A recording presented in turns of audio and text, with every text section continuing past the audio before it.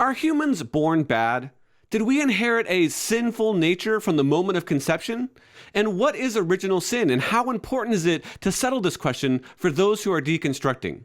These and other important questions on this episode of Dealing with Deconstruction.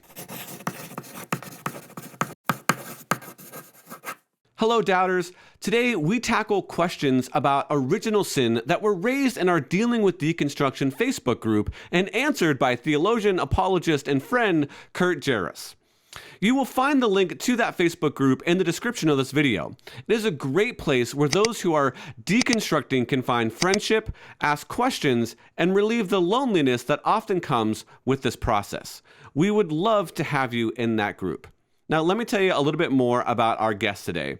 Kurt is a theologian and apologist who has been creating resources for Christians and non-believers to help fuse complex theology with everyday living. He is the host of the Veracity Hill podcast, creating over 200 episodes about faith, politics, and society. He holds multiple graduate's degree in theology and apologetics and has received his doctorate from the University of Aberdeen in Scotland. He is on the faculty at the Lee Strobel Center for Evangelism and Applied Apologetics at Colorado Christian University and is the executive director of Defenders Media, which is a 501c3 nonprofit. Kurt, welcome to the show. Thanks, Tim. Great to be here today. Well, I'm really excited for this episode. As you and I were talking earlier, I had Joshua Swamidas on recently. If anyone's interested in that, he was talking about Adam and Eve, and that raised several questions about original sin. And you have done your doctoral work in this area, and so I thought, man, I'll just reach out to Kurt, and he can help smooth some of these things out. Yeah, thanks for the invitation, and I'm delighted to be putting my research to work, if you will. Sometimes guys, they write their doctoral dissertations, and it never sees the light of day, but happy to share on my research. Well, that's awesome. Before we get to answering some of those questions, why don't you just tell us a little bit about Defenders Media and kind of what you're working on currently, what you do currently? Yeah, so Defenders has been around for 5.5 years. And, we've been providing services, media services to evangelists and apologists. And now, due to some changes, we're making a small shift, and we're focusing more on trying to put out fresh content ourselves. So we're sort of shifting from service providers to content creators. And as you may know, it takes a lot to plan and produce material, but we're looking forward to putting out some great content coming up this autumn. And really excited for the opportunities that we have here at Defenders, including content that'll be coming through my platform, Veracity Hill. So I wear many hats. One is the business side, the other is the apologist. So I have fun doing both of those things. Well, that's great. I mean, several of us do wear those many hats, right? So that's good. But man, I'm looking forward to our conversation and looking forward to that content that's coming out in the most recent few months here, in the next few months. So if you haven't had a chance, check out Defenders Media. I'll leave a link to his website and their content in the description of this podcast. So you had mentioned that you had done this doctoral work. So I'm really hoping that in this conversation that we can hone our understanding, those of us that are watching this, the audience and myself, can hone our understanding of original sin, but you can also hopefully let us know what is acceptable, what are the acceptable views on the subject, because there may not just be one. And that's one thing that I like to talk about on my podcast is often we get kind of niched in these tight little boxes, and then we hear that there might not be good evidence for that one position, and then we decide, I'm just going to throw out everything. And I think original sin kind of falls into that category. So I think the place that we probably should start is kind of give us maybe just a general definition or an overview of original sin, and maybe if you can come at it from like, this is what maybe the Protestants generally believe, this is what the Catholics generally believe, this is maybe what Eastern Orthodox or Russian Orthodox, the Orthodox group kind of believes. Again, and you and I both know, and everyone that's watching knows, that as you do this, people are going to be like, well, that's not my view, or that's not the view that I learned. And we get that. We'd be here forever if we, nuanced every single definition. But just broadly, when we say original sin, kind of what do we mean by that? What are some of the panoply of definitions that are out there? Yeah, good question. There's a lot to be said.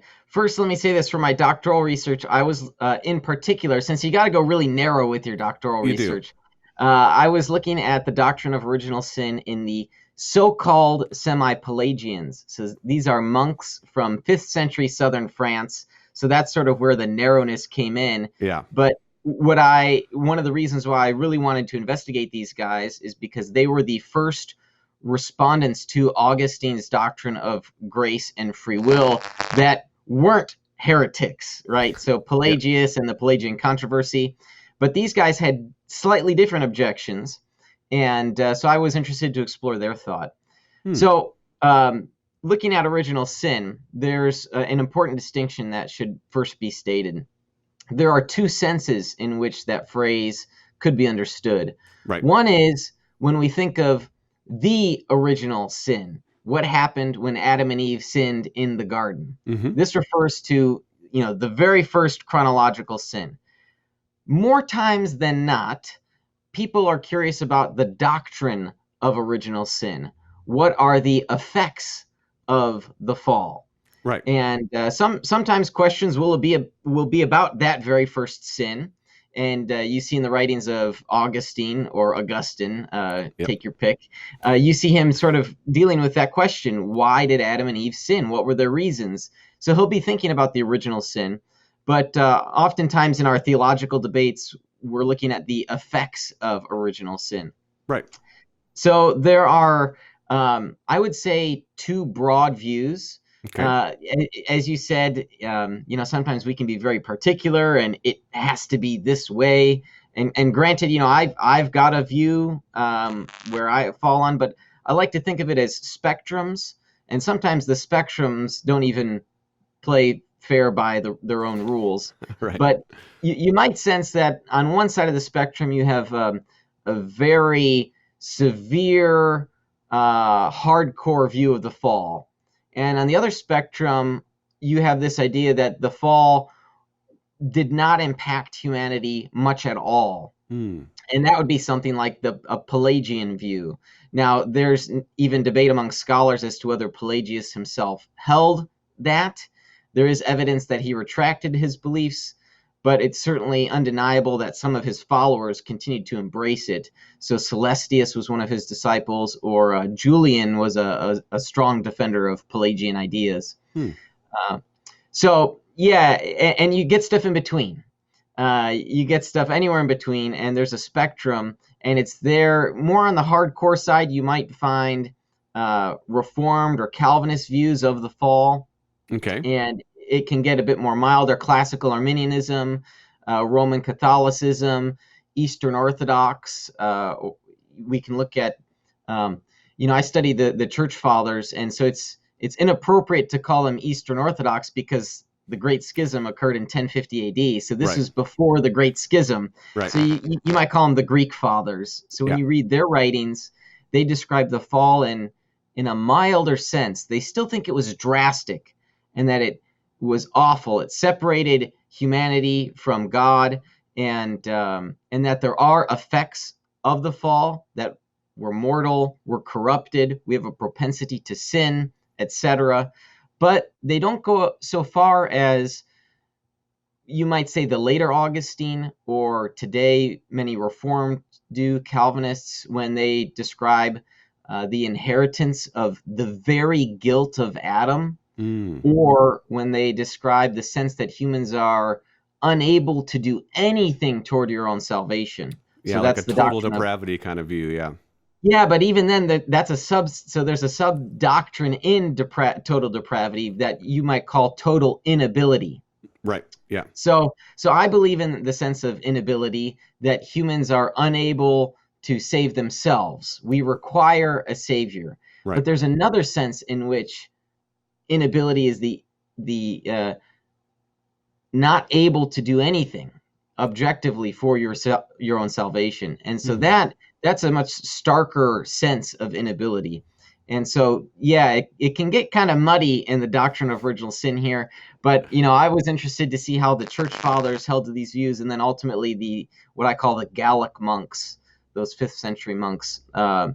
So yeah, I know that's kind of a broad overview, and there's likely more specific questions, so I'll let you ask away. Yeah, so we'll get into that. So maybe I think it would be helpful to define when you say Pelagian. He was for lack of a better term, he was a scholar, a theologian at one point. But you mentioned at the beginning semi-Pelagian. So maybe just parse out what Pelagian's view was and kind of what some of the response to Pelagian was. Yeah, so insofar as it's accredited to his beliefs, Yeah. Pelagius, he was a pious man, holy man, and when he went to Rome, he saw that there was a lot of wickedness, and he wanted to bring reform. So he was well intended, but he believed that humans could make these changes themselves, that they could earn their salvation. And so you get this sort of, in a classical sense, works righteousness, and that if we were to follow the law perfectly, we wouldn't, in that sense, even need the atoning work of Christ. So I'm painting sort of with broad strokes here. It's Yeah. a little bit more complex than that, but in a general sense, that's what Pelagians believed. They were condemned at the Council of Carthage and at some other councils. But in particular, for our discussion, there is an important point to make here, and that Pelagians thought that the fall did not corrupt humanity, that each one of us is born just like Adam and Eve. Well, they weren't born created, but that we're, in that sense, sort of a neutral state or an empty slate.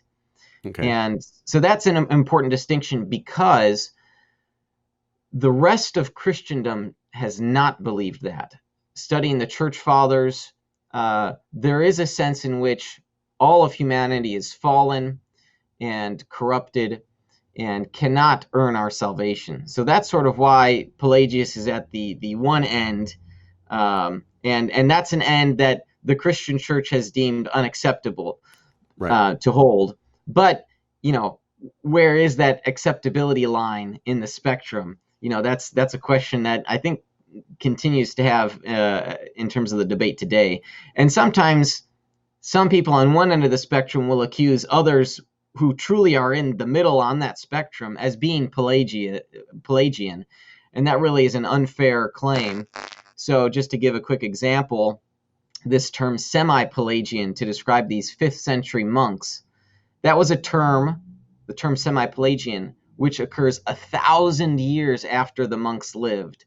It first occurred in the writings of Theodore Beza, who was a disciple of John Calvin. So you're looking at the 16th century here. Yeah. So that's sort of an anachronistic term, and that's what virtually all of the scholars agree on who have read the primary sources of these 5th century monks. So that's just not me saying it's anachronistic. Right. That's like the vast consensus. I would have to look very hard to find a scholar today who thinks that the 5th century monks really were semi-Pelagian. So I sort of think that term is the boogeyman to describe these guys. At any rate, so yeah, they never would have accepted the term. They thought Pelagius was a heretic, so they never would have described themselves as semi-Pelagian. Right. They just don't fall on that spectrum between Augustine or Pelagius. It's sort of a false dichotomy. Yeah. And, the truth is typically more complex than people realize, and it can take work to figure that out. And sometimes people just prefer the shortcut way. And unfortunately, then, what happens is now these 5th century monks have this bad reputation, which doesn't do justice to their actual beliefs. Right. Well, yeah, and that's one of the things that I love to do on my show and have these types of conversations, because I think oftentimes we get really, again, pigeonholed into certain views, or this is the only view, and we must be able to realize that there is a right answer for all of these questions, but part of the fun of it is continuing to go on the journey and ask some of these questions. And I know that for a lot of my audience, they often felt like that they weren't even allowed to ask some of these questions or even be able to look into these subjects. And so that's one of the reasons that I love having these conversations, particularly with people that have done this in-depth study like yourself. So, I think one of the major questions is Jesus in classical Christian theology came to atone for our sins.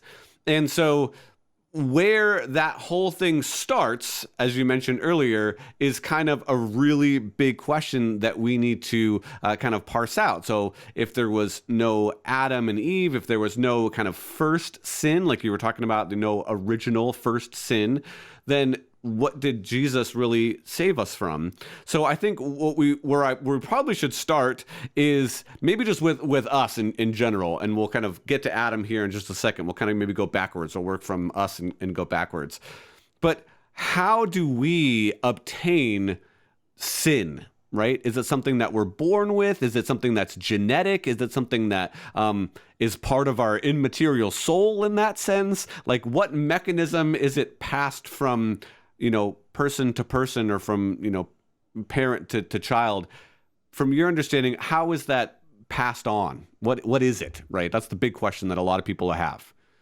Yeah, and there are different models. So when studying the doctrine of original sin, or theology in general, I like to think of things as models or frameworks for Yeah. understanding a view. I'm sort of a visual thinker, so I might think, how does something work? You think of a model like a train model. So there are different models for the transmission of sin. So this would fall under the doctrine of original sin. How is sin transmissed or transmitted? And again, different views on this. So Augustine himself, he's commonly attributed as holding to what's called traducianism. So Okay. that's one view, traducianism. And this is the sense in which not just sin, but the soul itself is passed along through the sperm to its egg.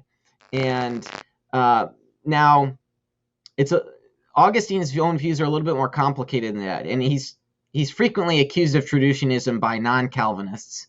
But when you read Augustine, he actually changes his views from time to time, and in the end, towards the end of his life, in his unpublished works against Julian, he professes agnosticism. So he gives up his traducianism as the affirmation of his position. So I want to be fair to Augustine on that. But so that's one theory, traducianism. And another view is in terms of the creation of the soul, is sort of this that called creationism, that God creates the soul itself. Yeah. Now I know this doesn't quite get to sin, but it's a part of it, the concept of the soul. Yeah. Then a third view is the preexistence of the souls, which you see sort of in Platonism, Neoplatonism, and you find that in some church fathers. So those are the three main views of the soul. But yeah, how sin is transmitted, that's part of the debate. And so yeah, that traducian theory is sort of intriguing, because maybe the soul is created by God directly at conception, but the flesh carries with it, the corruption of the flesh carries with it this the corrupted nature. And so the flesh itself wages war against the soul. And this is where we have the propensity to sin, because our flesh is calling out and desiring these earthly things which are not of God. And so perhaps it's the case that sin itself, or the temptation to sin, is transmitted through there. So it's important to distinguish that some people believe sin is a misrelation to God, Yeah. and others might say that sin is a transgression of the law. So sin itself may not be transmitted. So sin itself is Right. not transmitted, but the broken human nature is transmitted.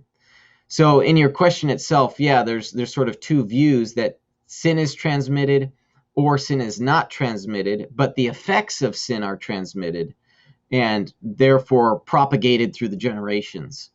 So I would say, just in a sort of brief answer there, yeah, two views there, and then different views on the creation of the soul.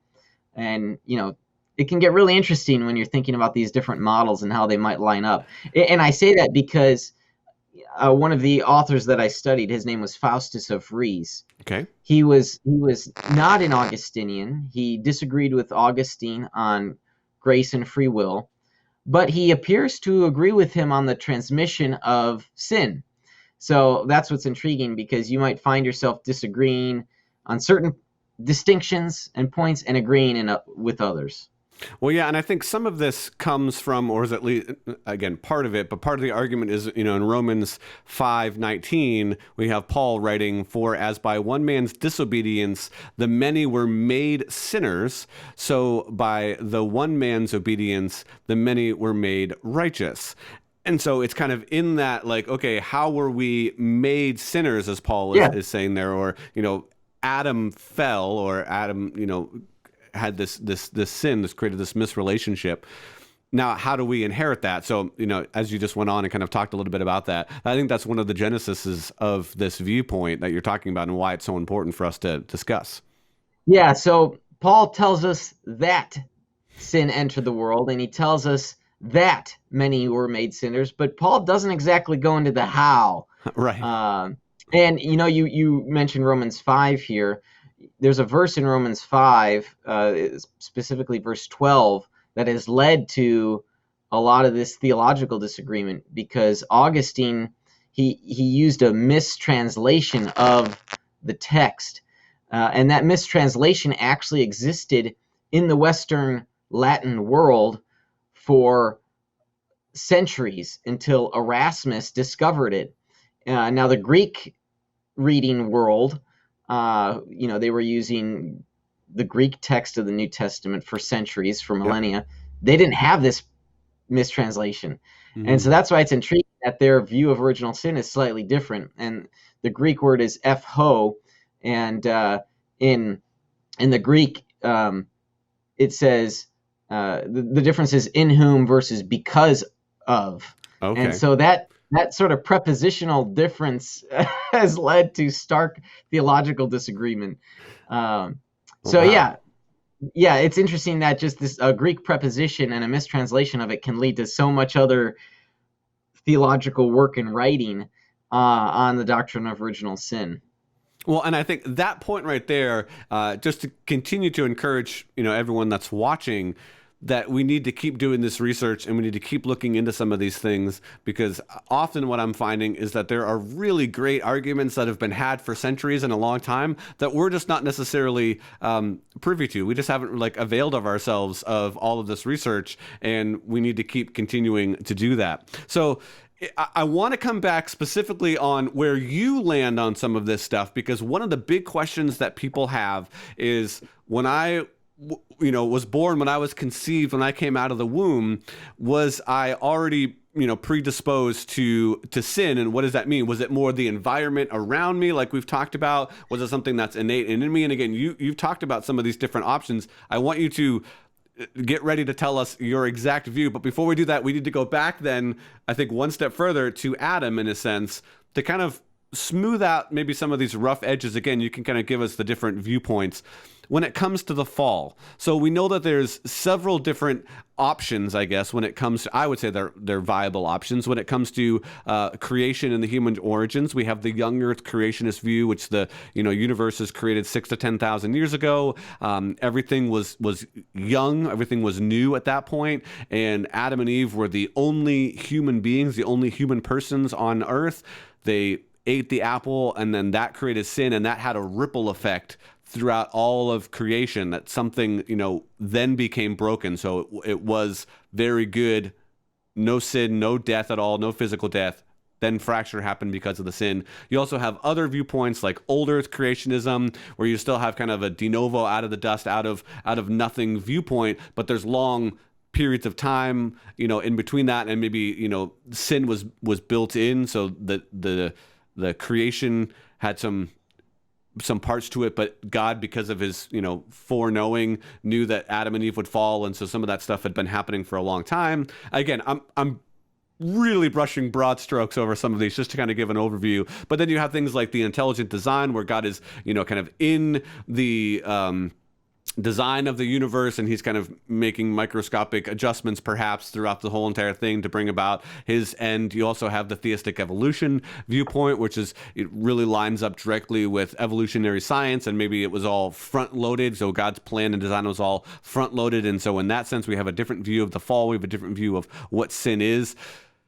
So help us make sense of some of this stuff when it comes to the fall and how that particular, the eating of the apple, the disobedience of a fruit, I guess, I'll be really specific. Fruit, it's not an apple. That's in this kind of a caricature. The fruit that was partake of Eve and then given to Adam had negative repercussions, not merely because of eating something, but because it was a disobedience. It was an act of disobedience, as Paul mentions here in our verse that we just talked about in Romans. How should we understand some of this stuff? Help us connect some of these dots. Yeah, boy, so there's a lot there. So I don't really get into the origins debate in my doctoral research. Of course, I have my own views, and Sure. I don't. If you want me to say those, I can. But I certainly affirm historical Adam. We'll just talk I about. am in. Just focus maybe on like how some of those different views affect the view of original sin, of sin specifically. Oh, sure. Yeah. Okay. So if you were to hold to young Earth creationism, it strikes me that you've got Adam created from the dust, and sort of traditional view here of the first sin.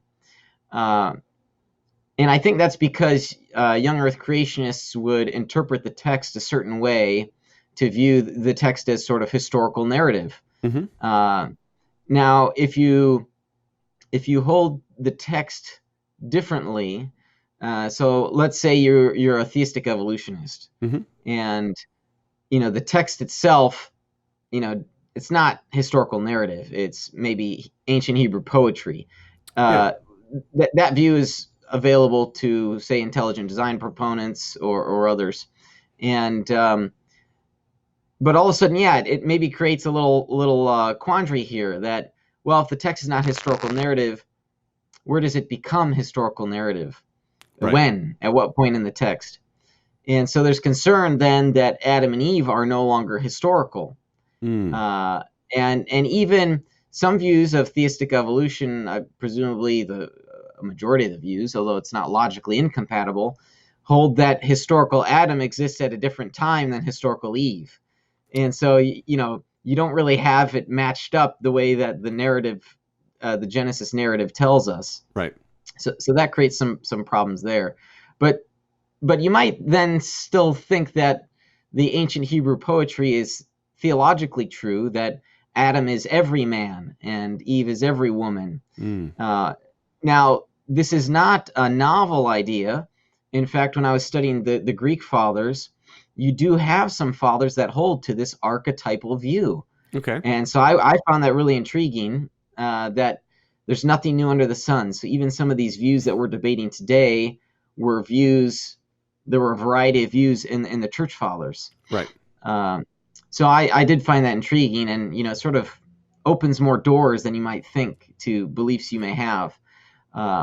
So on the intelligent design view, you could kind of go either way. You might hold to a historical Adam and Eve, or you might reject a historical Adam and Eve. So there are different avenues available for the different camps, contingent on how one interprets the Genesis narrative. What is the genre of the text? So you might even think that there was a historical Adam and Eve couple, a partnership, but that it was different than what the text tells us. So you might hold to an archetypal view of the text, but yet still affirm historical Adam and Eve.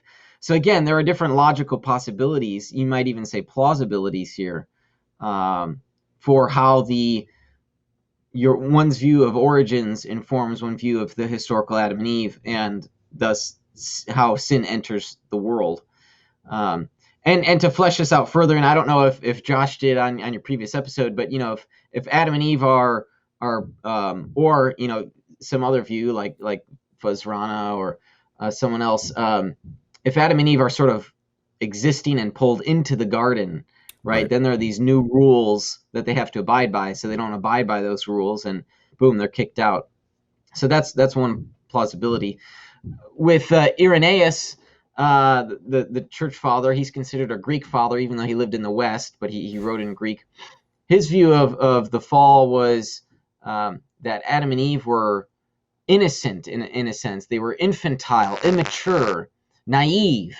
Mm-hmm. That's different than some of the views that Augustine posits as a sort of pride and sort of a mature sense, and that Adam and Eve knew what they were doing when they sinned. So even before the fall itself, you have different views of Adam and Eve and their natures, what they were like. And that impacts then sort of the other side of the sin, the effects therein. Yeah. If they were naive and innocent and immature, the punishment may not be as bad, if you will. Right. And if they were more aware of what they were doing, well, you're going to crack down on their wrongdoing. So that sort of, informs, how the origins debate affects the historical Adam and Eve and subsequently views of the fall. Yeah. So I want to get to two things. I do want to get your specific view on some of this stuff, but I'm going to ask one more question before you kind of lay that out, and maybe hopefully they'll transition one into the other. So one of the people in the group asked this question, and I thought it was a great question. It said, basically, is it possible for someone, maybe other than Jesus, right, to be sinless, to not break any laws that God has laid down for us? That doesn't mean that you would be justified in the end. Maybe you wouldn't be saved in that sense. So we can maybe leave that soteriology side of the question just up for a different time if you want. But is it possible to remain sinless?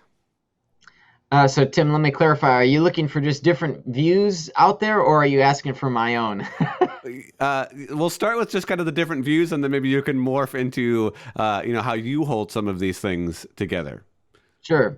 Yeah, so there certainly are some views that say it's possible to be sinless. You might say, in theory, someone could live their whole life. And that's a very uncommon view in Christendom. Typically, folks hold to, you might call, the inevitability of sinning, that eventually you will sin. Even if you could overcome temptation time and time and time again, eventually you'll give in. But we might think here of sort of exceptional cases. For example, infants who die in the womb. Do they have sin? Well, they haven't transgressed the law. Right. So it may depend on your view as to if sin is a misrelation, and has humanity inherited the very guilt of Adam, either through the seed, the Traducian theory, or a reformed Calvinist view called federal headship, that Adam is our representative of all of humanity. So therefore all humans are in this state of sin. So they would, folks on that end would say, well, no, it's not possible, because even you were conceived in sin, you have sin as, a zygote in your mother's womb. So morphing into my own views, I don't think that's correct. I hold to the sense that a sin is a transgression of God's law, and that there is this age of accountability.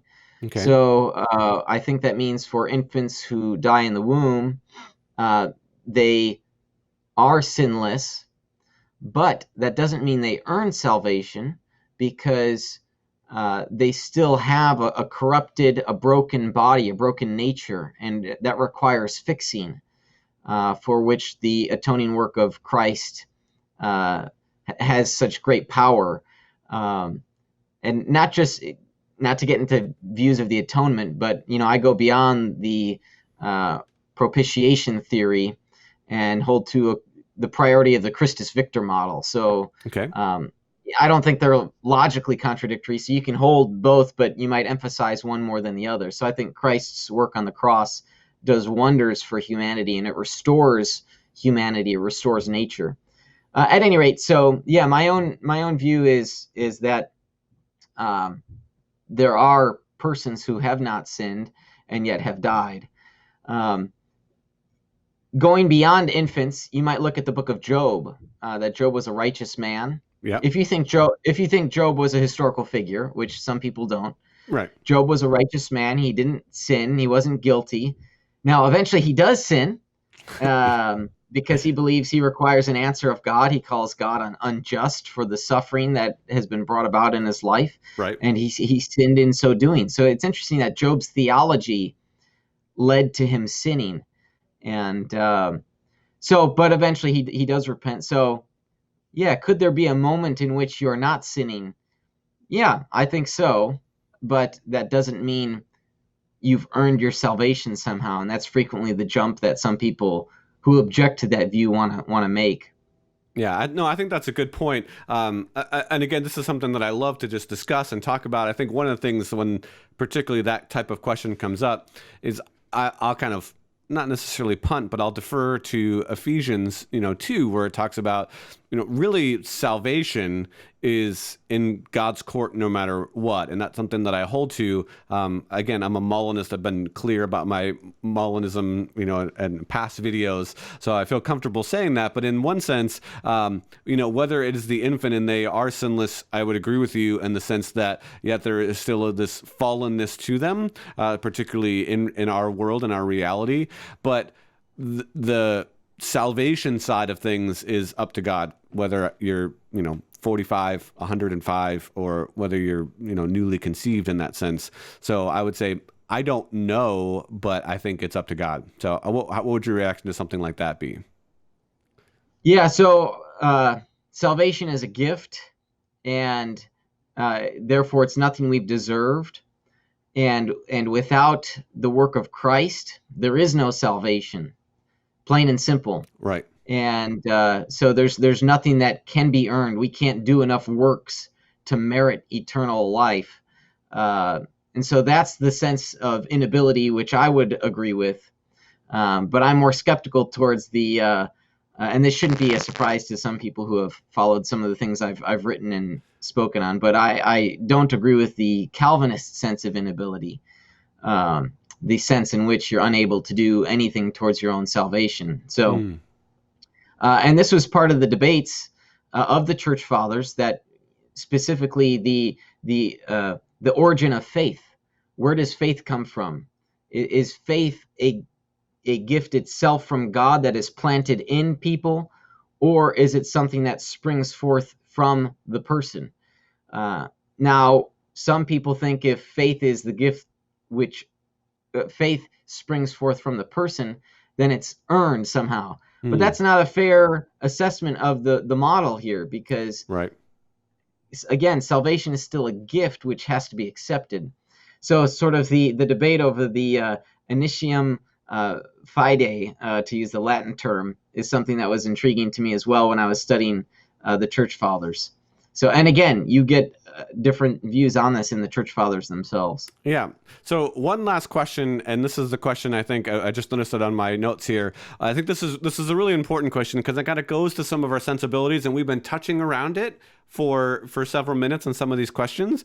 But how can a just and loving God can curse all of humanity, as we pointed out in that verse that in Romans 5, curse all of humanity for the sin of one couple? Or it seems like there's an imbalance there. So you have Adam and Eve, and then all the rest of us have this negative consequence that comes out of that. How is that loving? How is that just? Yeah, very good question. Very good question. So you might say that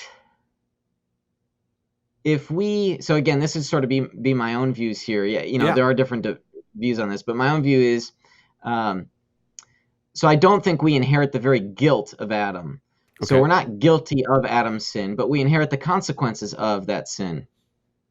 And sometimes that just appears to be the reality of life. And let me use an analogy. We're born into certain families, and we can all think of ways our parents screwed up.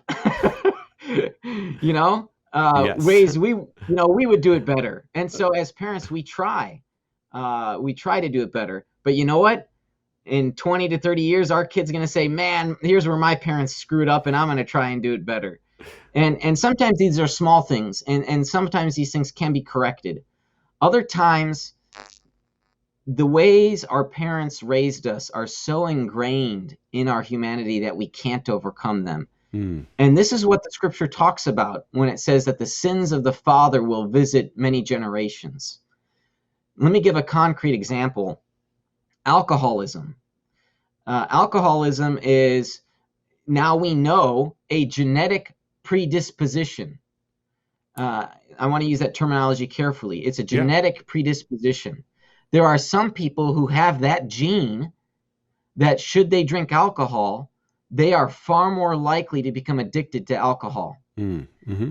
And so that is something that they cannot overcome except through avoiding alcohol altogether. And so that's not just being raised, that's not just nurture, that's nature for some people. Right. For others, it is nurture.